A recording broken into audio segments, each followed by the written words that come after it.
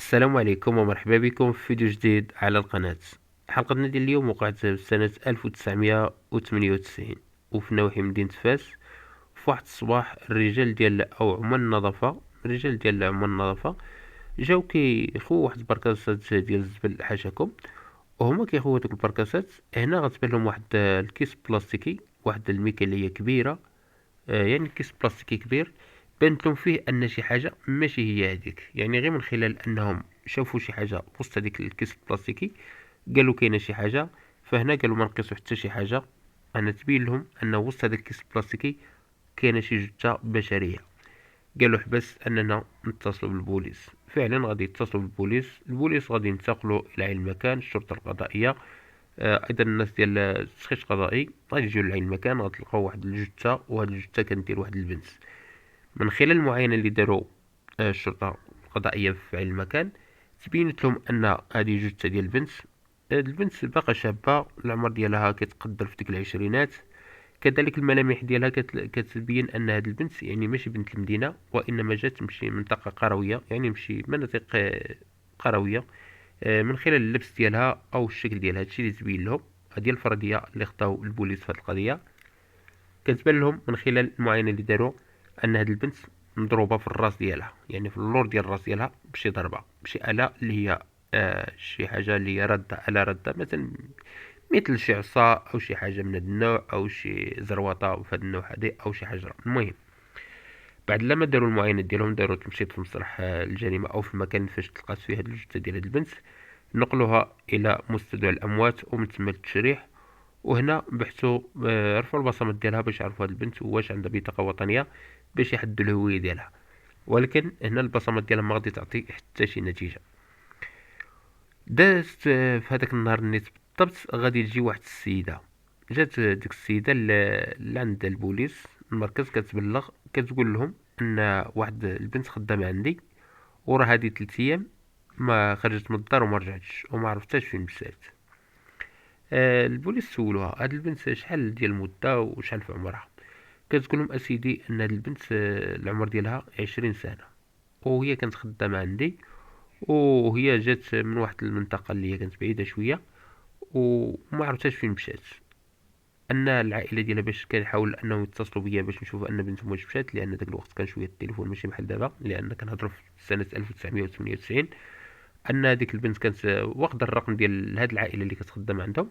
الوالدين ديالها او الام ديالها هي اللي كتتصل ببنتها الا بغات تهضر مع بنتها. وهنا هاد السيده بقات كتسنى باش انها تعرف واش هذيك البنت خرجت ومشات لعند العائله ديالها بلا ما تقول لها. هادشي اللي قالت للبوليس.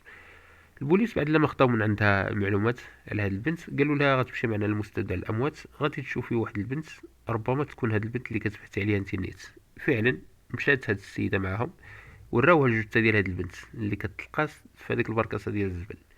غير شافت هاد السيده قالت لهم سيدي راه هي هادي البنت اللي كتخدم عندي. هنا بدا التحقيق، يعني هنا القضيه بانت للبوليس يعني شكون هي هاد الفتاه. هنا جا التقرير ديال الطب الشرعي اللي كيقول ان هذيك البنت سبب الوفاه ديالها هي ان ديك الضربه اللي كتلقات في الراس ديالها، يعني كانت واحد الضربه اللي قويه اللي كتنهد الحياه ديالها. وكيقول ان هاد البنت راها حامله وعندها 3 ديال الشهور في الحمل ديالها. هنا البوليس بعد لما سولو ديك السيده مشاو معها للدار ديالها فين كتخدم هاد البنت، فين ساكنه وفين كتنعس. المهم مشاو معها للدار، كيشوفوا هنا كيشوفوا هنا، وراتهم البيت ديالها. كتقول ان هاد البنت راه ما هزت حتى شي حاجه من الحوايج ديالها، يعني الاغراض ديالها باقين في البيت، يعني ما هزتش. كيقولوا لها هاد البنت العائله ديالها فين كاينه. كتقول ما سيدي ما عرفتش. قالت لهم المدينه ديالها فين كاينه، ولكن ما عرفتش انا بالضبط فين كاينه. كتقول ان هي كتمشي عندهم مره مره كتزورهم، ومره مره كتجي الام ديالها تما لمدينه فاس، كتلاقى معاها وكتدي الفلوس، يعني داك الخلصه ديال الشهر. قالت لهم ان هاد البنت كانت خدامه عند واحد الصديقه ديالي. هذيك الصديقه ديالي كان داها الراجل ديالها مع ايطاليا تعيش معاه في ايطاليا. ومن بعد ملي بغات تمشي لايطاليا، فخلات لي هذيك البنت بقات خدامه عندي لانها شكرتها لي وكانت خدامه معاها. وقالت لي غادي تبقى خدامه عندك وتصلي فيها. وهذيك البنت راه كنت كنحسبها بحال وحده من بناتي، ولكن ما عرفتش اشنو وقع ليها. البوليس بعد لما داروا يعني مشطوا هذيك الدار، بعد لما دخلوا للدار وبحثوا في الدار وشافوا البيت فين كتنعس هاد البنت اللي هي الان ضحيه او مقتوله. وهما خارجين من الدار غتبان لهم قدام الدار واحد يعني سطل ديال الزبل الحشاكم اللي كيستعملوه هما هاد الناس ديال يعني هاد السيده. وهو هذاك الجبل كاين واحد البلاستيكه. هذيك البلاستيكه هي نفس البلاستيكه اللي تلقات فيها الجثه ديال هاد البنت. يعني هي اللي كتلقات فيها نفس البلاستيكه، يعني من داك النوع نيت. سولوها قالوا لها هاد البلاستيكه ديالكم؟ قالت لهم اييه ديالنا. وقال لها منين كتجيب هاد البلاستيكه؟ قالت لهم سيدي هذا راه راجلي خدام في واحد الشركه، ومن هذيك الشركه كيجيب هذيك البلاستيكات. ايوا، وهاد البلاستيكات عندكم غير نتوما؟ قالت لهم سيدي راه عندنا غير حنا، ولكن انا كنعطيه الجيران، يعني بحكم ان راجلي كل مره كيجيب 10 12 حتى 14 البلاستيكه ما كنستعملهم حنا غير في شي حاجه، وكنعطيه حتى للجيران باش يديروا فيهم الزبل. هنا استعاود داك الراجل ديالها جا حقو معاه.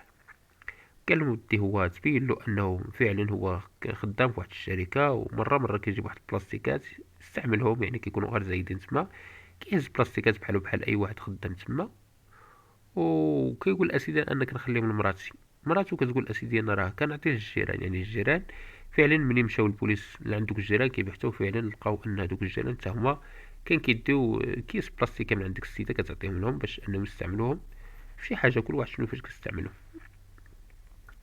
هنا بقى كيسولو تما في الجيران ديال هاد العائله، الجيران ديالهم، واش كتعرفوا ديك الخدامه شنو كتعرفوا عليها. واحد عساس تما في هذاك الحي كيقول لهم ودي هذيك البنت راني كنشوفها كتمشي مع واحد السيد اللي هو مول الحانوت، هذاك مول الحانوت اللي عندهم في هذاك الحي النيت.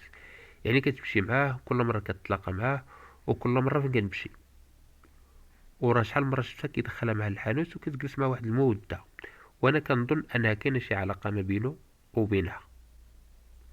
كذلك بعض الجيران كيأكدوا على الهضره، كيقول اسيدي فعلا هذيك البنت راه كنشوفوها كتجي عندك مول الحانوت وكتدخل عنده يعني كتبقى غير هي وياه داخل الحانوت. يعني عنده واحد السكن، واحد البيت في هذاك كيحط في داك الدوزان ديال او السلعه اللي كيجيب ديال الحانوت، وتما كيدخل وكيبقى هو وياها. مشاو البوليس لعند هذا مول الحانوت، سولوه على ديك البنت الخدامه. كيقول لهم سيدي هذيك راه بحال اي كليانه عندي كتجي تتقدم من عندي بحالها بحال الجيران، يعني ملي كتجي تسخروها الناس اللي خدام عندهم كتجي تتقدم من عندي. هادشي اللي كاين. هو اعترف انه كيعرفها وفعلا كتجي عنده، ولكن ملي سولو واش كاينه بيناتهم شي علاقه بينه وبينها كيقول لا سيدي انا ما يمكنش، انا انسان مزواج وعندي ثلاثه ديال الوليدات، ما يمكنش ندير علاقه مع وحده في عمرها 20 سنه وانا عندي 34 سنه. ولكن البوليس خداو واحد الاذن باش انهم يدخلوا لداك المحل ديالو وهداك البيت اللي عنده اللي كيحط فيه السلعه باش يقلبوه. خداو اذن من النيابه، وهنايا غادي يدخلوا كيبحثوا كيشوفوا هنا يشوفوا هنا. هنا غادي تبان لهم واحد الزروطه حطها تما في واحد القنت وفيها باقي اثار ديال الدم. هنا كنتبين لهم فعلا ان هذيك الزروطه هي اللي استعملت في القتل ديال هذيك البنت، لان الطبيب ديال التشريح قال لهم ان هذه البنت ضربت بشي حاجه اللي هي رده مثل شي عصا او شي زروطه، يعني تبين لهم ان داك الدم ديال هذيك البنت. فكان ضروري انهم غادي ياخذوا واحد العينات من هذا الدم ويقارنوهم مع العينات ديال الضحيه باش هكذا يعرفوا آه واش فعلا ديالها. ولكن هنا ملي واجهوا بهذا الامر هذا كيعترف فعلا انه هو قتلها.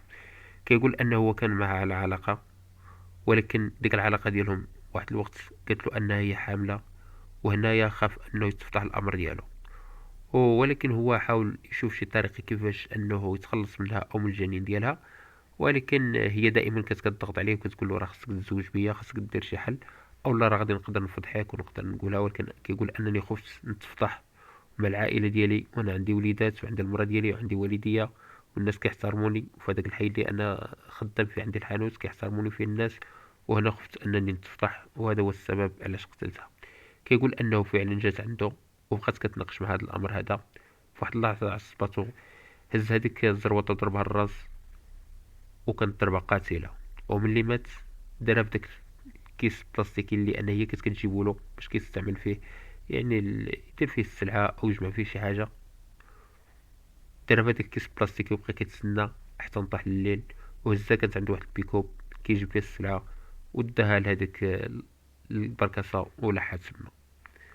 بعد لما اعترف بالاعترافات ديالو تقدم وتحرر المحضر في حقه وتحكم ب15 سنة. غادي نكون وصلنا لنهاية الحلقة، نتلاقاو في حلقة جديدة والسلام عليكم.